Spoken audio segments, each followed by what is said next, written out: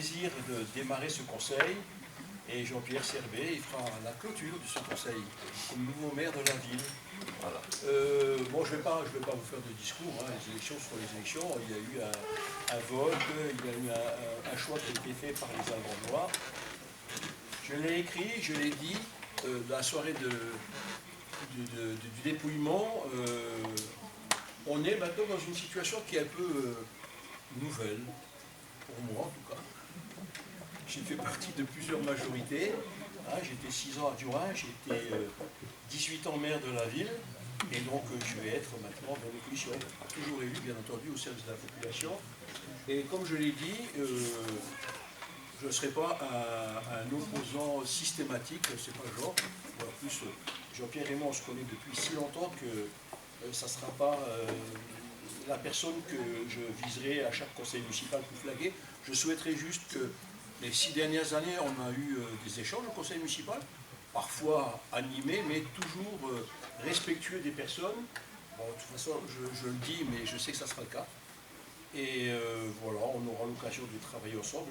On aura des questions à poser, et puis des réponses à attendre, et puis voilà.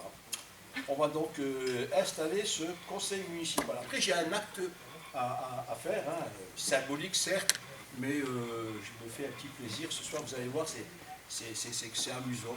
Et si je viendrai te voir, Jean-Pierre, quand tu auras les chartes. Non, mais c'est rien. Mais je le fais devant tes mains. Voilà. Donc, on va donc installer le conseil municipal. Et donc, je pense que je vais faire un appel, tout ça, là, en fonction de l'ordre qui m'a été donné là, tout à l'heure. Donc, Serbet Jean-Pierre. Présent. Mazero Peggy. Présente. Adjamini Maximilien. Présent. Gonzalez Marine. Présente. Gérald Lebourg. Présent. Leclerc Rachel. Présente. Il faut que je me rappelle, hein, pour l'habitude. Hein. Serbet Daniel. Fernandez Anne. Vous pouvez parler plus fort, on n'entend rien. C'est vrai. Je vais parler fort alors. Schmitt Hervé. Présent. Alors, pas que je fasse d'erreur. Ulus soit ou soy. Soit. Ok. Élise.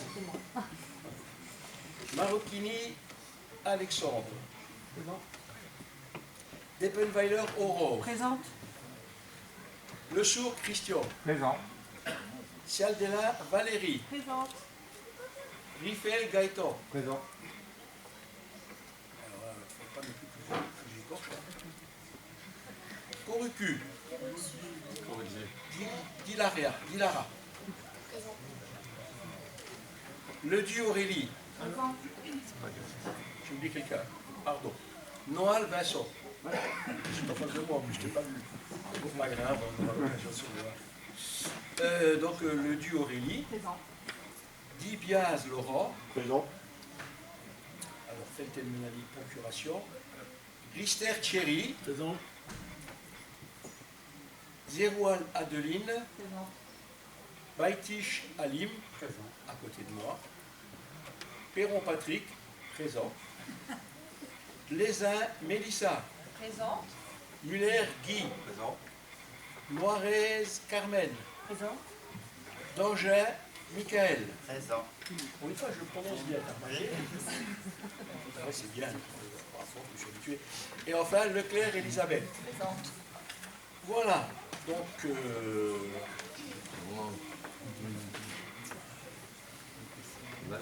Donc, je déclare les conseillers municipaux nouvellement élus, installés dans leurs fonctions.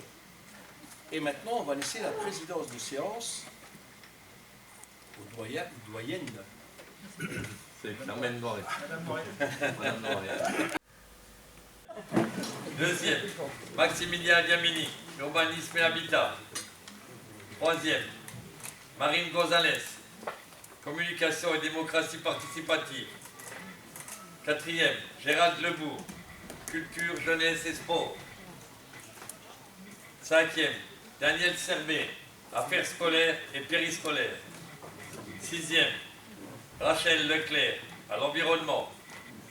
Septième, Hervé Schmitt, aux travaux et à la sécurité. Et huitième, Anne Fernandez, aux aux affaires sociales. Voilà. De l'élu local. Article L 221-21-7 du Code général des collectivités territoriales prévoit que lors de la première réunion du conseil municipal, immédiatement après l'élection du maire et des adjoints, le maire donne lecture de la charte de l'élu local mentionnée à l'article L 1111-12 du Code général des collectivités territoriales, qui précise « Les élus locaux sont les membres des conseils élus au suffrage universel, administrer librement les collectivités territoriales dans les conditions prévues par la loi, ainsi que les élus des arrondissements de la ville de Paris et des communes de Lyon et Marseille. Tout mandat local se distingue d'une activité professionnelle et s'exerce dans des conditions qui lui sont propres. Il se traduit par des droits et des devoirs prévus aux articles susnommés 1111-13, 1111-14. Ces dispositions constituent la charte de l'élu local. Charte de l'élu local, article L 1111-13, dans l'exercice de son mandat, l'élu local s'engage à respecter les principes de liberté, d'égalité, de fraternité et de laïcité, ainsi que les lois et les symboles de la République. L'élu local exerce ses fonctions avec impartialité, diligence, dignité, probité et intégrité. Dans ce cadre, il poursuit le seul intérêt général, à l'exclusion de tout intérêt qui lui soit personnel, directement ou indirectement, ou de tout autre intérêt particulier. L'élu local veille à prévenir ou à faire cesser immédiatement tout conflit d'intérêts réprimé par la loi. Lorsque ses intérêts personnels sont en cause dans les affaires soumises à l'organe délibérant dont il est membre, l'élu local s'engage à les faire connaître avant le débat et le vote. L'élu local s'engage à ne pas utiliser à d'autres fins les ressources et les moyens mis à sa disposition pour l'exercice de son mandat ou de ses fonctions. Dans l'exercice de ses fonctions, l'élu local s'abstient de prendre des mesures lui accordant un avantage personnel ou professionnel. L'élu local participe avec assiduité aux réunions de l'organe délibérant et des instances dans lesquelles il a été désigné. Issu du suffrage universel, l'élu local est et reste responsable de ses actes pour la durée de son mandat devant l'ensemble des citoyens de la collectivité territoriale, à qui il rend compte des actes et des décisions pris dans le cadre de ses fonctions. L'élu local déclare dans un registre tenu par la collectivité territoriale les dons, avantages et invitations d'une valeur qu'il estime supérieure à 150 €, dont il a bénéficié en raison de son mandat. Ne sont pas soumis à cette obligation déclarative les cadeaux d'usage et les déplacements effectués à l'invitation des autorités publiques françaises ou dans le cadre d'un autre mandat électif. Article 1111-14. Les élus locaux peuvent bénéficier du versement d'une indemnité pour l'exercice effectif de leurs fonctions électives et de la prise en charge des frais exposés dans ce cadre, dans les conditions prévues par la loi. Les élus locaux sont affiliés pour l'exercice de leur mandat au régime général de la sécurité sociale dans les conditions définies à l'article L 382-31 du Code de la sécurité sociale et à des régimes spéciaux définis par le présent Code. Les élus locaux bénéficient à l'occasion de leurs fonctions d'une protection organisée par la collectivité territoriale, conformément aux règles fixées par le Code pénal, les lois spéciales et le présent Code. Le droit à la formation est reconnu aux élus locaux. Il s'exerce dans les conditions fixées par le présent Code. Toute personne titulaire d'un mandat local bénéficie, dans des conditions prévues par la loi, de garanties accordées dans l'exercice du mandat et à son issue, et permettant notamment de concilier celui-ci avec une activité professionnelle ou la poursuite d'études supérieures. Tout élu local peut consulter un référent déontologue chargé de lui apporter tout conseil utile au respect des principes mentionnés à l'article 1111-13. Un décret en Conseil d'État détermine les modalités et les critères de désignation des référents déontologues. Voilà. Merci. Je ne vais pas crier, je m'adresse au maire. Vous le savez, dans la campagne, on a parlé de maison médicale. Et vous savez, j'ai des contacts avec des médecins.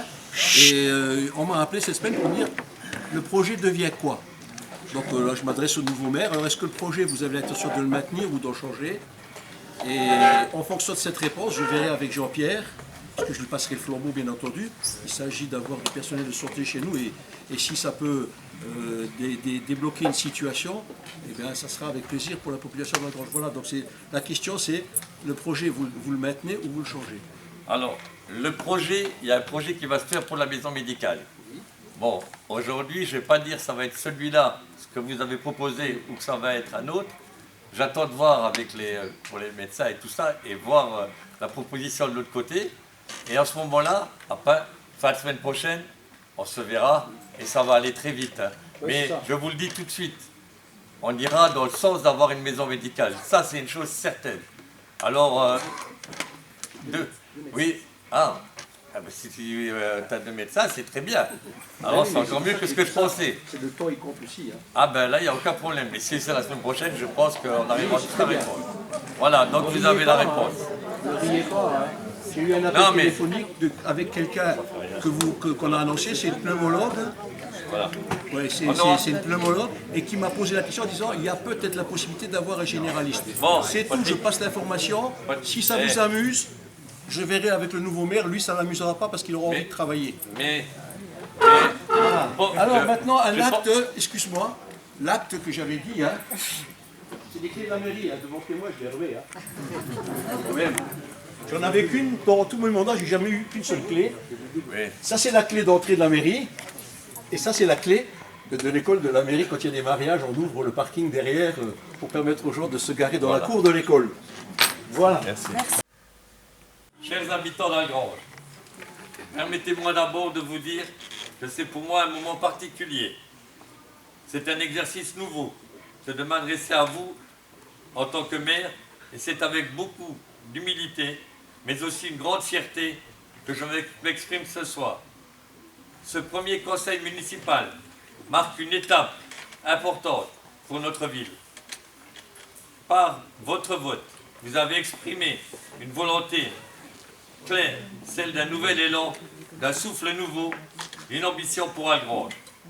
Pour cela, je veux vous dire avec sincérité et gratitude, merci. Merci à toutes celles et ceux qui se sont déplacés et qui ont participé et qui ont débattu. Merci à mes colistières et colistiers qui ont porté notre projet avec conviction et respect.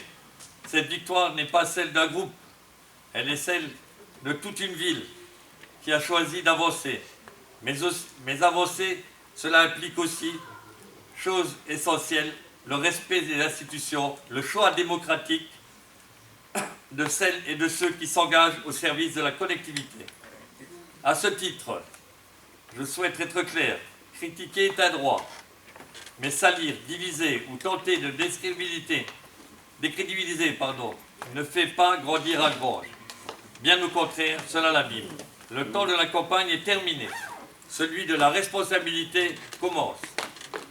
La ville mérite mieux que des querelles stériles, des règlements de compte numériques. Nous faisons le choix du travail, du dialogue et du rassemblement. Nous tendons la main à toutes les bonnes volontés, à celles et ceux qui veulent construire plutôt que détruire, proposer plutôt que critiquer, unir plutôt que diviser. Les défis sont nombreux, mais notre détermination l'est tout autant. Ensemble, avec sérieux, avec humilité, avec ambition, nous allons ouvrir chaque jour pour améliorer le quotidien des habitants, redonner la fierté à notre ville et préparer l'avenir. Ce soir, une page se tourne, une autre s'écrit, et elle s'écrira avec vous, pour vous. Vive Algrange, et n'oublions pas que ce qui nous rassemble est plus fort que ce qui nous divise. Merci à vous tous.